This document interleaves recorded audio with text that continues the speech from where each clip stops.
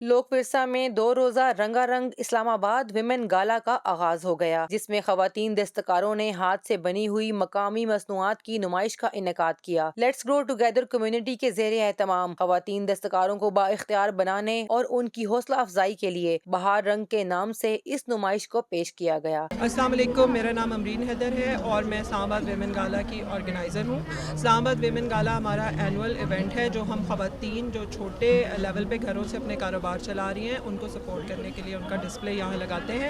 اسلام آباد ویمن گالا جیسے ایونٹ کرانے کا مقصد لوگوں کو یہ دکھانا ہے کہ ہماری خواتین گھروں کی ذمہ داریوں کے ساتھ ساتھ کتنی اچھی پروڈکٹ بنا رہی ہیں، اگر ان کو تھوڑی سی بھی سپورٹ کرتی جائے تو ان کا ہنر کتنا پالش ہو سکتا ہے۔ جس میں ڈیکوریشن پیسز، زیورات، ملبوسات، گھروں کو سجانے کا سامان، ریزن آرٹ، کھانوں کے اسٹال اور دیگر اشیاء لوگوں کی توجہ کا مرکز رہیں۔ آج یہ وومنز گالا جو ہے یہاں پہ ہو رہا ہے شکر پڑیا میں، تو آج ہم نے یہاں پہ اسٹال لگایا ہے کاجوات گلگتی موموز، جو کہ گلگت کی اپنی لوکل ڈش ہے جس کو ممتو ہم بولتے ہیں ان کی لینگویج میں، اور ڈمپلنگس بھی کہا جاتا ہے۔ تو یہ کیما کے ساتھ، میوے کے ساتھ اور کدو ڈفرینٹ اسپائسز اور ہربس کو مکس کر کے یہ بنائی جاتی ہے اور اسٹیم پہ بنایا جاتا ہے۔ دونوں ابھی ہم نے اسٹال لگایا تو ہمارے پاس بیف میں بھی ہے، چکن میں بھی ہے۔ میرا فرسٹ ڈے آج وومنس گالا میں، انہوں نے مجھے اپرچونیٹی دی ہے اور میری ڈفرینٹ ہوم ڈیکور کی چیزیں ہیں، کشنز ہیں، لیمپس ہیں، فریمز ہیں اور میٹ ہے۔ آپ اپنی چیزیں کسٹمائز کروا سکتے ہیں، جس طرح میں نے اپنے بھائی کا کیا ہے فریم پوائنٹڈزم، آپ اپنے اسکیچز بنوا سکتے ہیں،